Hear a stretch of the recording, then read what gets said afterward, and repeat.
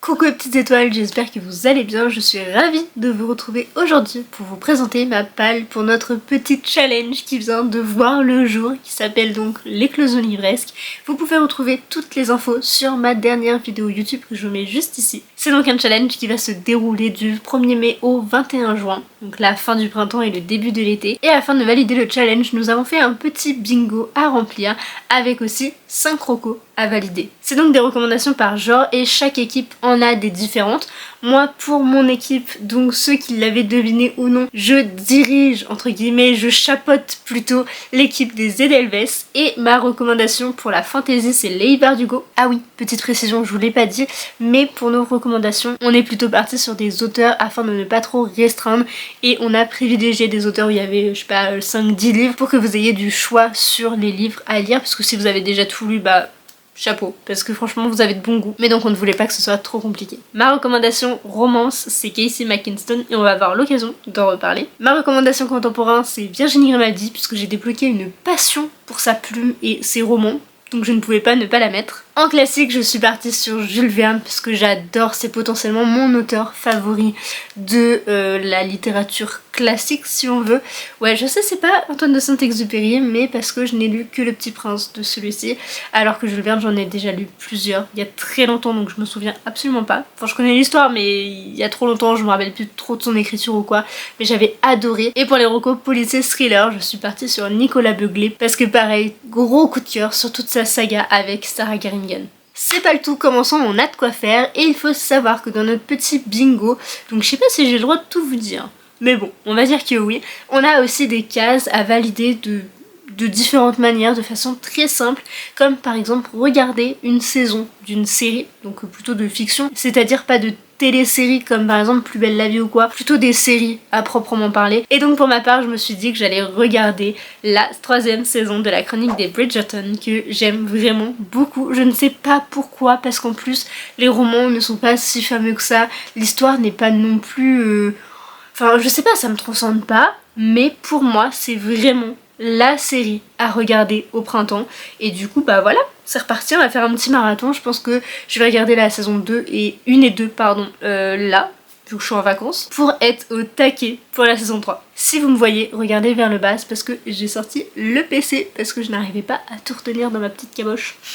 Au niveau des pétales qu'il y a à valider, donc de manière assez simple, on a par exemple lire un livre choisi par quelqu'un. Donc là en l'occurrence, j'ai encore demandé à personne, je me suis basée sur rien, je vais y aller au feeling pour celle-ci. Ensuite on a notre dernier achat, et là en l'occurrence je pourrais vous dire le dernier que j'ai acheté, mais ce serait pas fidèle par rapport au mois qui va débuter, parce que je sais quand même je vais en acheter au moins un, si ce n'est 2. Je ne pensais pas les lire aussi vite, mais écoutez, ça ne peut pas faire de mal. En catégorie vraiment plus simple, on a faire un esthétique, prendre une photo de notre lecture en cours ou pas en cours terminé, enfin bref, de notre lecture dans un parc, un jardin, un endroit où il y a de la végétation, j'allais dire des végétaux, oui, ça marche aussi. Et enfin, il y a aussi présenter son dernier coup de cœur. Rentrons dans le vif du sujet avec les catégories à proprement parler, où il faudra lire les livres pour les valider. Au tout début, je vous ai dit ma renco fantasy que c'était Leigh Bardugo. Et si vous me suivez depuis un petit moment, vous savez que je n'ai toujours pas lu, à mon plus grand désespoir, et au vôtre aussi je pense, le dernier tome de Grisha, donc le 3e, qui s'intitule L'oiseau de feu, édité chez Milan. Voilà, dans son ancienne couverture, il est trop beau. Je l'aime énormément et j'ai hâte et peur de finir cette saga, et c'est pour ça que je ne l'ai toujours pas lu. Et donc avec celui-ci j'aimerais valider le pétale de Rocco Fantasy. Comme ça je lis ma propre recommandation et c'est pas plus mal. Ensuite le prochain que je vais vous présenter, si je ne l'ai pas lu pendant le challenge, je pense que je vais le revendre parce qu'il me tente plus autant qu'avant, qu'au moment où je l'ai acheté. Et en vrai c'est un peu triste, mais il a eu tellement de retours négatifs que j'avoue que ça m'a un peu freiné, ça me fait un peu peur. Il s'agit de Glacé, écrit par Christine Ferré-Fleury, édité chez Scrinéo. Il est pas très gros, donc c'est aussi pour ça que je l'ai choisi. Et justement, j'aimerais valider les pétales, donc le livre le moins bien noté de ma palle, et l'intrigue se déroule en hiver. Donc comme ça, j'en valide 2 d'un coup, c'est très bien. On va un peu plus vite. Étant donné que notre challenge est porté sur le printemps, les fleurs, etc., et qu'il se passe au printemps, heureusement, j'ai envie de vous dire, eh bien vous allez retrouver pas mal de mes lectures que je vous ai déjà présentées dans ma palle du printemps, pardon. Donc là je les ai remis pour essayer de valider le plus de choses possible. Et on va commencer par Chère Mamie, écrit par Virginie Grimaldi, édité chez Le Livre de Poche.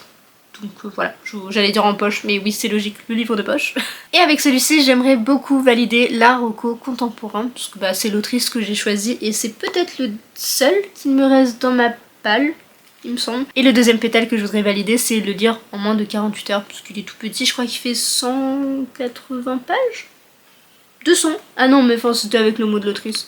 Donc ouais à peu près 200 pages quoi. Donc franchement ça peut se lire très rapidement. En plus de ça, ça se découpe comme ceci, il y a des images, enfin vous voyez il n'y a pas énormément de texte. Donc je ne doute pas de pouvoir le lire en même une journée je pense. C'est pour ça que je l'ai choisi là et ça me validera ma reco contemporain.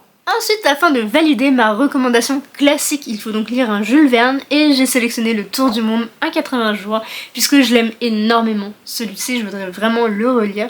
Je vous mets une petite photo juste ici parce que l'édition que j'ai, je ne lirai pas dans cette édition-là parce qu'il est beaucoup trop volumineux. Je ne sais pas si vous vous souvenez de ce qu'il avait fait, je crois que c'était chez Auchan ou chez Carrefour, enfin c'était des énormes volumes là, super beaux et tout. Mais du coup c'est pas possible, je pourrais même pas l'emmener partout. Et je l'ai trouvé en audio sur BookBeat je crois. Donc je pense que je le lirai en audio ou auquel cas ce sera plutôt en e-book je pense. Pour que ce soit beaucoup plus simple, plus accessible parce que là je pense que ça va pas passer dans l'édition que j'ai. En vrai je suis trop contente de pouvoir retrouver la plume de cet auteur et retrouver même un univers un petit peu que j'aime vraiment beaucoup parce que tout ce qu'a écrit Jules Verne etc franchement j'aime vraiment beaucoup. Et ça me fera trop plaisir de pouvoir le redécouvrir, donc j'espère vraiment pouvoir le lire. Après comme c'est en audio, ça va aller assez vite. Et même au-delà de ça, il y a plus de chances que je le lise. Continuons avec les petites photos que je vais vous insérer, puisque pour le prochain, donc c'est ma reco thriller policier, je voudrais lire Le Dernier Message de Nicolas Beuglet. Mais c'est un que je n'ai pas chez moi. J'ai uniquement la trilogie de Sarah Garingen, et là on part avec une autre détective dont je ne sais plus le nom, et je ne l'ai pas écrit. Donc je peux pas vous le dire. Pareil, il est dispo en audio. Donc ça c'est top. Je vais pouvoir faire mon ménage en même temps, ça c'est génial.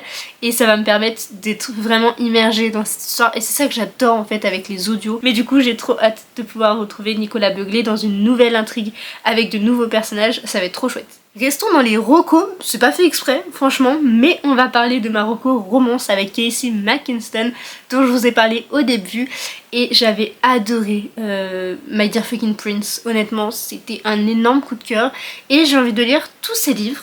Et pour Noël, ma copine Solène m'a offert One Last Stop, édité chez Lumen et j'ai trop hâte si vous saviez à quel point.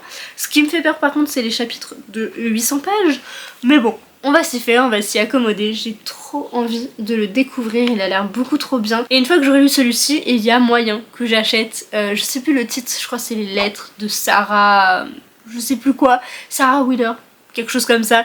Mais ils me tentent tous tellement. En vrai il y a même moyen que ce soit du coup inversé avec l'autre, celui de Sarah, mais je ne l'ai pas encore. Donc c'est peut-être aussi pour ça que j'ai choisi celui-ci d'abord, mais j'ai trop hâte de pouvoir le découvrir et d'ailleurs j'aimerais beaucoup le proposer en lecture commune sur mon Discord, donc n'hésitez pas à me dire si ça vous intéresse, ça serait donc au mois de mai potentiellement, voire début juin, je sais pas trop encore comment ça va se goupiller, s'organiser, mais en tout cas j'ai hâte de le découvrir. Le prochain que j'aimerais beaucoup découvrir c'est Killing November, écrit par Adriana Matter, édité chez Pocket Jeunesse, dont la version brochée, mais il existe aussi en poche. Je sais pas pourquoi je vous le précise alors que je l'ai pas fait à chaque fois, mais bon bref, vous avez l'info, c'est déjà pas mal. Celui-ci me fait envie depuis sa sortie, donc on va vérifier. Je pense que ça fait depuis au moins 2-3 ans, facile, 2020. Ah ouais, donc en fait ça fait 4 ans qu'il me tente et ça ne m'étonne pas, franchement il y a tout pour me plaire. Et donc pourquoi j'ai choisi de mettre celui-ci aujourd'hui, parce que ça sort un peu de nulle part, parce que je vais le lire en lecture commune avec mes copines Clémence et Candice pour le book club rouennais qu'on fait tous les mois. Et le thème c'était conflit, complot, enfin qu'il y ait une intrigue comme ça.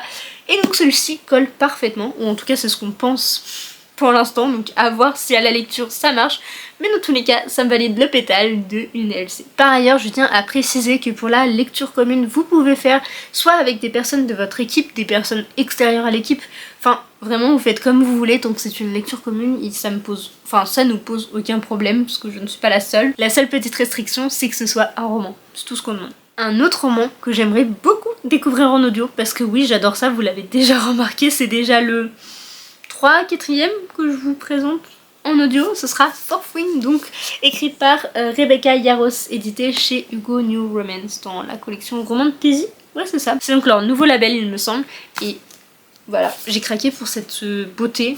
Donc voilà, je n'ai rien d'autre à dire mis à part qu'il est trop beau. Je vous refais pas un pitch de celui-ci mais je l'aime beaucoup. J'ai très hâte de le découvrir. Oh mais c'est ça en fait. Je pense que c'est vraiment ça qui m'a convaincue. Puisque bah il est trop beau. Voilà, je sais pas pourquoi je vous en parle mais écoutez je l'ai fait. Côté catégorie, j'ai choisi le pétale de lire un roman de plus de 500 pages puisqu'il en fait quasiment 600 voire un tout petit peu plus de 600, je sais plus exactement. Et la deuxième c'est donc le livre le mieux noté de ma palle. C'était le deuxième mieux noté je crois, mais le premier avait que 2 notes. Du coup ça comptait quand même, mais j'avoue que comme je peux le lire en audio ça m'a un peu poussé à choisir celui-ci. Il y avait vraiment pas grand chose. Il y en a un qui était donc à 5 et l'autre à 4,98, donc c'est celui-là, il était à 4,98. J'ai fait bon allez ça passe. Franchement ne vous prenez pas la tête sur ce genre de choses, évitez de prendre le 10e, faut que ça reste un minimum cohérent, mais voilà, je me suis dit que celui-ci pourrait mieux coller à mon emploi du temps et à mon envie du moment parce que j'ai vraiment envie de le découvrir, donc je sais pas pourquoi mais je saute sur l'occasion. Justement, restant sur le nombre de pages, j'ai choisi de mettre Demigods Academy, le premier tome intitulé Zeus, pour le pétale d'un roman qui fait moins de 300 pages. Il en fait à peu près 285 globalement. J'ai pas vu le chiffre exact mais c'est ça. Et donc je suis trop contente de pouvoir le glisser là, déjà parce que c'est un service de presse. Je suis un tout petit peu en retard, je l'avoue, et j'aime pas du tout ça, mais malheureusement là, j'ai pas le choix. En ce moment on va dire, et en plus de ça il fait partie de ma palle du printemps donc c'est chouette de pouvoir aussi le mettre ici. Voilà, j'ai pas d'autre explication, il valide pas d'autres pétales, mais voilà, je suis contente de pouvoir le glisser dans cette catégorie. Un autre roman que je vous ai déjà présenté dans ma palle du printemps, c'est En voiture Simone de Aurélie Valognes, édité chez Le Livre de Poche, qui valide une couverture avec des fleurs. Je pense que là ça peut pas être plus explicite. Et j'ai choisi aussi de mettre pour un roman à la couverture bleue. Faut quand même que je valide par les filles parce que pour moi ça passe, il y a quand même majorité de bleu, c'est ce qui ressort le plus. Mais il y a aussi beaucoup de blanc, donc à voir, mais bon, auquel cas il validera la catégorie avec des fleurs et je suis censée le lire depuis déjà plus d'un mois. Donc il serait peut-être temps. J'avoue que pour le prochain j'y vais totalement au bluff et je ne pourrai être sûre que quand je l'aurai lu. Donc pour l'instant il est là mais à tout moment ça peut encore changer. Il s'agit de Syl's Gambit de Kayvon Lewis. Je n'arrive pas du tout à dire le titre. Ça me perturbe, les S, les machins, bref. Édité chez Pocket Jeunesse et il a donc eu le prix des lecteurs. Il y a la petite pastille ici. Je crois qu'elle s'enlève. Oui exactement. Mais je sais pas. Moi ça me dérange pas donc je vais la laisser. Et donc j'aimerais valider le pétale de lire un livre où le protagoniste principal se trouve dans la nature. Voilà, et étant donné que ça ressemble un peu à All of Us Villains et qu'il est disponible en audio aussi, je me suis dit que ça pouvait peut-être passer, alors que peut-être pas du tout. Mais écoutez, je verrai, et auquel cas il sera très certainement interchangé avec d'autres romans, parce que je pense que, en vrai, statistiquement, je peux tout lire en un mois, mais en même temps, j'ai pas envie de me précipiter, je vais vraiment y aller au feeling. Donc là, je vous présente pas mal de livres pour vous donner des petites idées, mais pour le coup, celui-ci, je suis pas sûre à 100%. Pour une question d'égalité, vous ne pouvez pas valider chaque pétale avec des graphiques ou des recueils de poésie parce que sinon, en fait, vous prenez, je sais pas, 10 mangas et finalement tout le bingo est rempli. Et du coup, ça casse un petit peu le côté challenge. On est donc parti principalement sur des romans, mais il y a quand même une petite catégorie où c'est lire un graphique. J'ai choisi Les Carnets de Cerises de Je ne vois rien de Joris Chamblin et Aurélie Néré, oui c'est ça, édité chez les éditions Soleil, et c'est une saga, enfin dans 5 tomes, plus un hors-série que j'ai lu quand j'étais petite, je pense que j'étais à peine en CM2, donc ça commence un petit peu à remonter. J'ai vraiment beaucoup de souvenirs de cette saga que j'avais vraiment adorée. Il me manque juste le tome 3 dans la commande que j'ai passée parce que je ne sais pas pourquoi du comment la dame a séparé le lot alors que je voulais l'acheter entier, mais bon c'est pas grave. Mais donc je suis trop contente de les avoir trouvés à si peu cher. Je vous en reparlerai dans ma vidéo book haul du mois d'avril, puisqu'on est toujours en avril décidément. Et donc j'aimerais valider la catégorie graphique. Ça sera peut-être pas avec le tome 1 que je présente aujourd'hui parce que je suis trop impatiente en fait de pouvoir les redécouvrir. Ça peut aussi à tout moment changer de BD, mais là je voulais trop vous les représenter parce que j'aime énormément. Ça va parfaitement pour des jeunes enfants ou même des adultes en soi, mais si vous cherchez des bandes dessinées pour vos petits, et bah franchement foncez parce que c'est doux, c'est mignon, c'est frais, c'est incroyable et j'ai trop hâte de vous en reparler. Et donc pareil pour les recueils de poésie, j'en ai sélectionné un mais qui est hors de ma palle puisque je ne l'ai même pas en ma possession. C'est Ma maison en fleurs de Pauline Bilissari et je me demande si Solène ne l'a pas.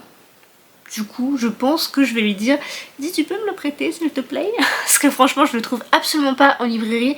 C'est un peu frustrant, je vais pas vous le cacher, parce que j'aurais bien aimé me l'acheter, en tout cas même pour ce challenge. Et ça aurait été vraiment parfait. Tout aurait collé, il y avait des fleurs, c'était un recueil des poésies, donc bref, il y a tout qui passait, mais je ne l'ai toujours pas. Donc à voir si je le trouve pas d'ici là, mais auquel cas je l'achèterai quand même, je pense. Mais donc j'ai vraiment trop hâte de pouvoir le découvrir et soutenir Pauline, même si du coup ce serait plus un prêt. Mais je compte bien me l'acheter un jour.